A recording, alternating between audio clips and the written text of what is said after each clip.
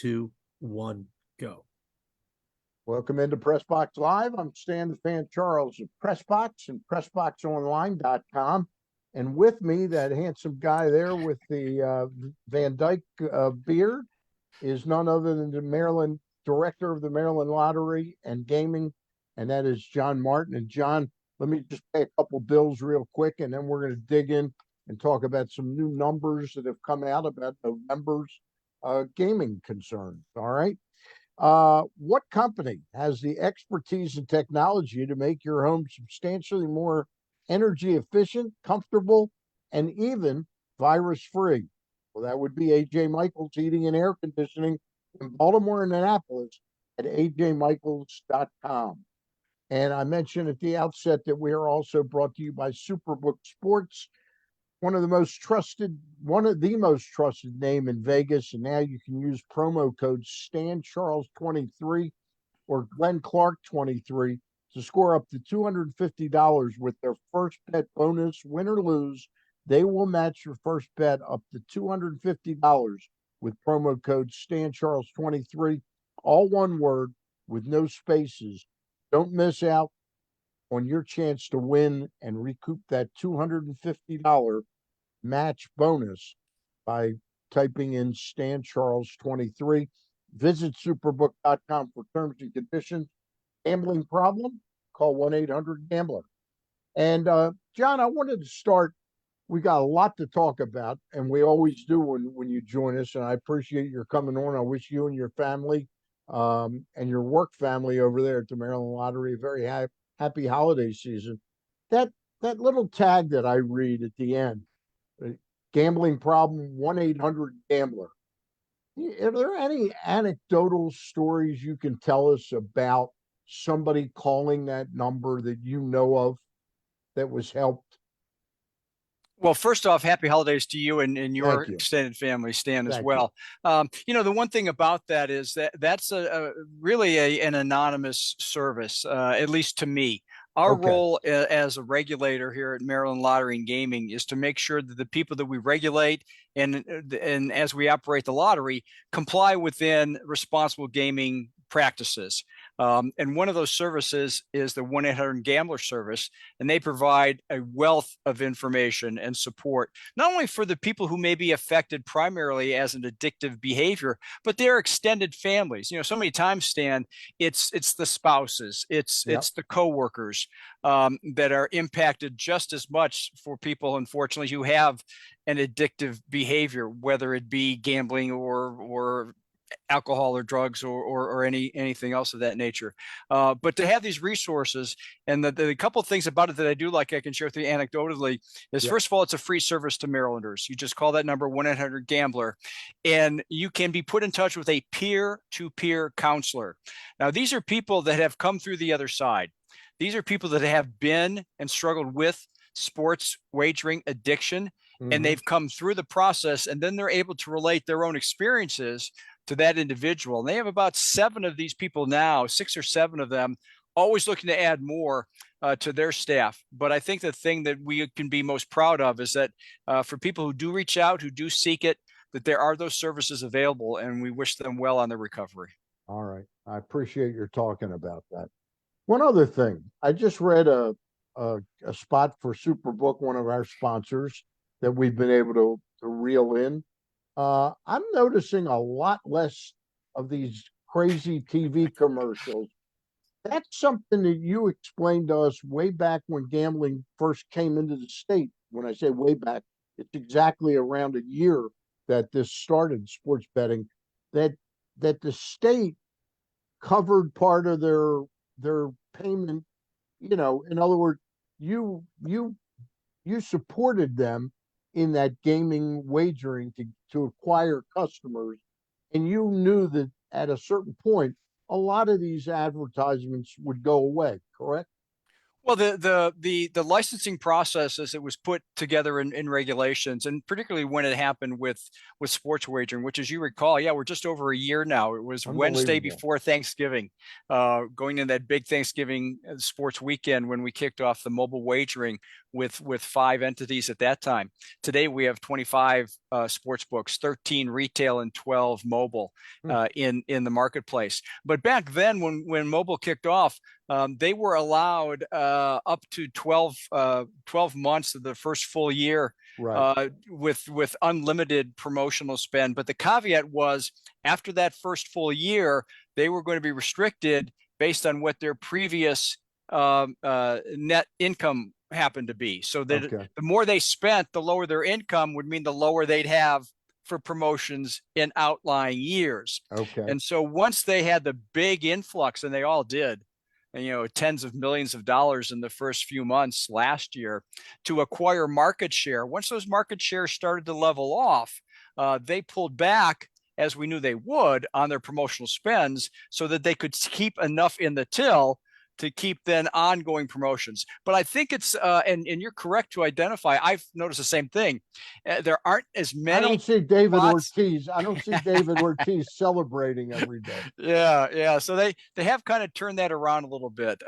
Because I think, again, the market shares have kind of stabilized. You have the big 4 or 5 people that right. you figured we would have in the marketplace, and the other folks are kind of jockeying for position. I think there's still a lot of movement still to happen. I think, we still have about 5 or 6 people in the pipeline that have yet to go to market for whatever reason. They just haven't been able to put all of their resources together to get into the marketplace. So we could have another 5 or 6 people the next time we talk. Right. But I think we're seeing a maturity in the marketplace now. Certainly things like Barstool out, ESPN in, PointsBet out, Fanatics acquiring their entities across the country. So we're going to see some of that natural assimilation of one versus another. Overall, it's been a year. Are you happy with the totality of sports gambling so far in the state as to what kind of revenue it's producing? When we first looked at this marketplace, Dan, you may recall we talked about it. We estimated that the contribution of the state would be maybe $25 to $30 million when we were fully operational. And per month, right? That's per year. That's $25 to $30 million of the tax income to the state when we were fully operational. And while we don't have all of the licenses, we're pretty close to fully operational now. And we're on a path now, because our fiscal year ends June 30th, that next fiscal year, or June 30th of 24, when we wrap up the year, we may be closer to 40 to 45 million. So it has certainly exceeded some of our growth expectations. But again, I think that's just to be expected. The popularity, the convenience factor last month, the month of October, the last reporting month, we had our largest contribution to the state, $5.8 million. The November numbers will be out the beginning of next week, Monday on December 10th. We'll have our November reporting. It might be back a little bit, and that's because of the nuances in the calendar, Stan, as you're well aware, and many of your fans are. October, we had 5 NFL Sundays. Yeah. And the NFL rules the day. In November, we only had 4. December, we'll have 5 NFL Sundays again, especially playoffs. So it would not surprise me if we have maybe another record month in December when we do the final accounting for that in January. Curious, the Orioles had a terrific season. The Ravens are in the midst of a terrific season. Locally in gambling, because you've been in gaming across many states, does the local teams, do they impact how people bet?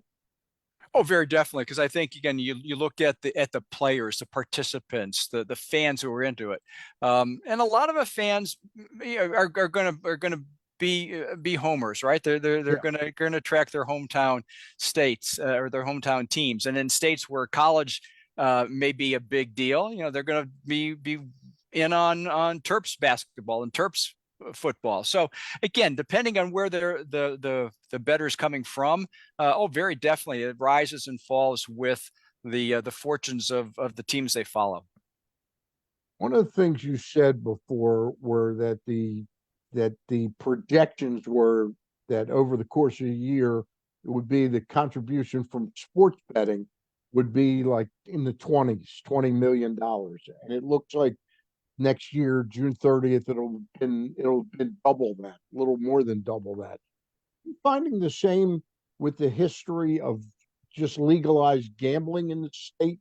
I noticed that these numbers that came out for the month of November, the state is getting the contribution to the state is over $66 million from legalized gaming.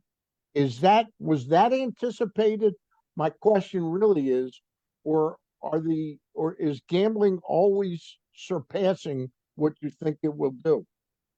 I think there's no denying that the convenience factor with mobile gaming, particularly with sports wagering, Right. clearly has contributed to that rise. And conversely, I think what we're seeing in our 6 casino properties, so the businesses that we regulate all over the state, we're seeing kind of a flattening. I think year to date, again, the calendar year or the fiscal year starts July 1. So we're about halfway through the fiscal year. And they're a couple percentage points behind where they were last year. And you could probably point to a number of things. You can point to the general economy.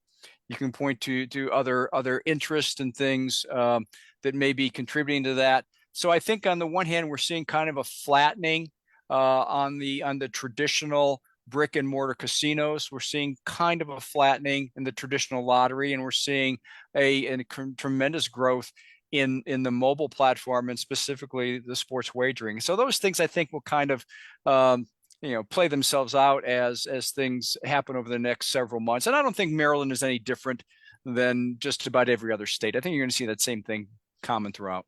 One of the things we talked about earlier in the year, and I just want to briefly sort of revisit it, was this was the 50th year anniversary of the Maryland Lottery. You had so many incredible different promotions going on. Were you happy with the way that got celebrated? And do you think it impacted people that, wow, this is 50 years. Look how much money I've lost in the 50 years. Well, we hope that wasn't the case, but no, I'm kidding. But we we were thrilled as an organization. We started off in January of 2023 with a big employee event to kind of get people excited about it. We invited people back who had retired years ago to come here and have just a big kickoff to a 50th anniversary year. And that was thrilling. And then, as you correctly identified, new products, new games, new promotions. I believe we talked about it previously, Stan. We were very fortunate to have a promotion with the Baltimore Orioles this year that when they hit their 50th home run, we would, if you were the lucky fan who had that ticket to that game, you'd win $50,000. And to see the delight in the woman's face who won that, a lifelong O's fan, knew the contest, was tracking it in the days leading up to it. I mean, all the right things you would want out of a story like that. And then it culminated at the state fair, where we have one lucky winner again through a variety of qualifying rounds, who's on stage with the potential to win up to $5 million. Well, she didn't quite make that. She only won 100,000. But it was still a life-changing event for her, and just to see the excitement. A lot of times when people win the lottery, we're not there. Yep. Right? They celebrated themselves for a few minutes. Yeah, and to have something where we were focused on it, we had cameras rolling to capture the moment. Lots of fun. I have people here wanting to do it again next year, and I explained to them, no, there's not a 51st anniversary that pays off as much as a 50th. We'll do it again in 50 years. We'll all come back and do it then. Do you have any advice, by the way, if you have a lottery ticket and you win anything from 10,000 to millions of dollars, what should the winner do with their ticket? In other words, I'd be scared to death if I'm going to lose the ticket. Does taking a picture of the ticket make any sense? If you feel better, go ahead. But the things you really ought to do are sign the back of the ticket, because it's what we call a bearer instrument, which means whoever shows up and signs it, they're the lucky winner. So don't put it in your shirt and then put it in the wash. Don't put it in the freezer behind the lasagna. Sign it, secure it, celebrate. But then call someone who can give you the financial advice, the tax advice that's specific for you. And then when you're ready, you have 182 days, half a year, to come in and claim your prize. When you've got all your affairs in order, come on down. We'll give you the ceremonial big check. Maybe you'll get, would you call me before? Handsome? Was that the word you used, Stan? I said handsome. Yeah, John. You know, you can get a Very picture handsome. taken with a handsome guy, and then you know, hopefully you'll enjoy it responsibly. That's a great point you make about getting some immediate tax information from your tax preparer about what you should do, be prepared for. It's interesting. You know, it's funny because we do have the opportunity when people come in here from time to time, and you know, I've done this for a few years now, to see their expressions. It's all over the map. I mean, you get people who are excited and fun loving, and they've got a plan in place. And then you see people when you're talking about hundreds of millions of dollars who just have a look of they're wow. absolutely amazed. Yeah. And you want to make sure, because again, for themselves and for future generations. Stan, can you imagine how long $100 million would take in the Charles family? Probably take a few generations, wouldn't it? Well, with the sports betting that I do, it might not last that long.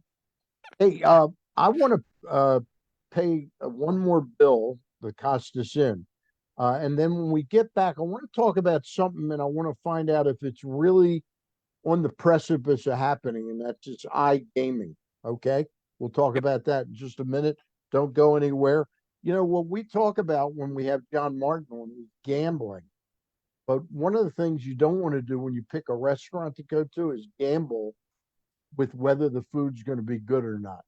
I've been visiting the Costas Inn since the mid 90s, and I can tell you that's one sure bet, the Costas Inn.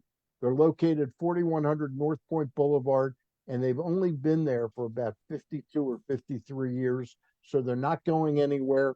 They do a big business selling lottery tickets there for John Martin's enterprise, the Maryland Lottery.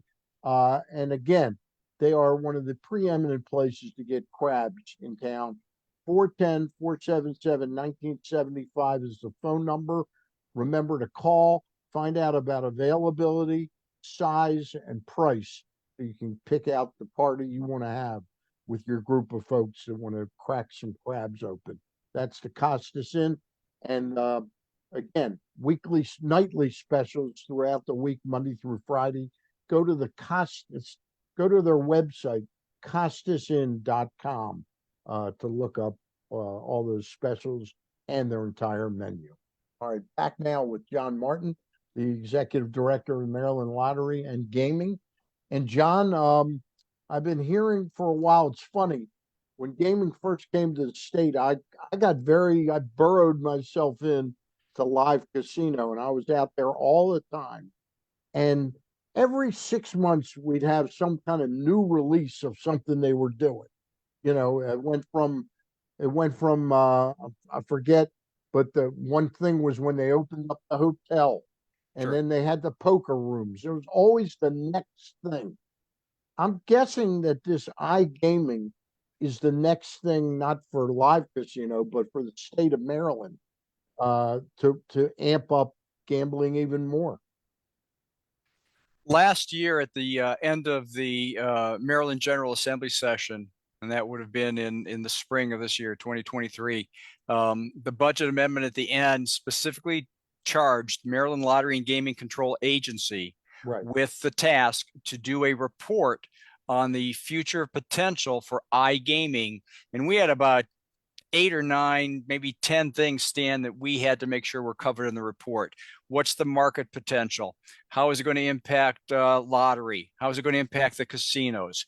How is it going to be impacted by the illegal gray market? How are you going to handle responsible gaming? All the things that went into that. And we knew we could not do that on our own and shouldn't do that on our own. So we went out and got a third party, a company called the Innovation Group out of Las Vegas, who is in this business of studying and researching markets all over the country. That's their wheelhouse. And so they compiled a report. They studied the iGaming market with the intent to deliver a report by November 15th, just a few weeks ago. And did they get that report to you guys? The report has been delivered on time to the Maryland General Assembly, and it is being reviewed now by the legislators. I fully expect that in the next session, although it's not in my purview to make that call, I read that Senator Watson is going to introduce from Prince George's County. Right, Senator. Bill. Yeah, Senator Ron Watson, who introduced the bill actually last session, that got this thing started, Gotcha. that came into the report, now fully intends to bring it back up again. And the study is very good. It looked at the 6 states that have iGaming, and it assessed the pros and cons, the strengths and weaknesses, all of the concerns that the General Assembly had identified in their charge to us. And now it's up for the General Assembly to review it, discuss it. Now, you may be aware, Stan, that anything that's iGaming related is an expansion of gambling in the state of Maryland, which sets up the flag that says you've got to go to a referendum. So that would be November of 24. So one scenario would be if the legislators feel that they want to proceed with this, they will put together the bill language to put it up for voters in November of 24, just like they did with sports wagering. You'll remember that back in 2020 when that was up for referendum. And then based on the results of that, if it's favorable, I would expect the General Assembly again a year from now in January of 2025, just as they did with sports wagering, Right. to flesh it out a little bit further and then hand over to us the bill that we would then regulate, put the regulations in place, and then proceed along that path. So that kind of gives you the next 18 to 24 months. So it's a 2-year it's basically a 2-year proposition. Roughly. It is, because again, that referendum has to happen. And of course, if it's defeated, I don't know what they do. They'll worry about that, I guess, then. But if it gets approved by the voters, then it goes to the next step. Now, are you able to come on as somebody who is employed by the state? Are you able to come on and discuss that? Like if it's a referendum next year, could you come on as a spokesperson to talk about the pros of it?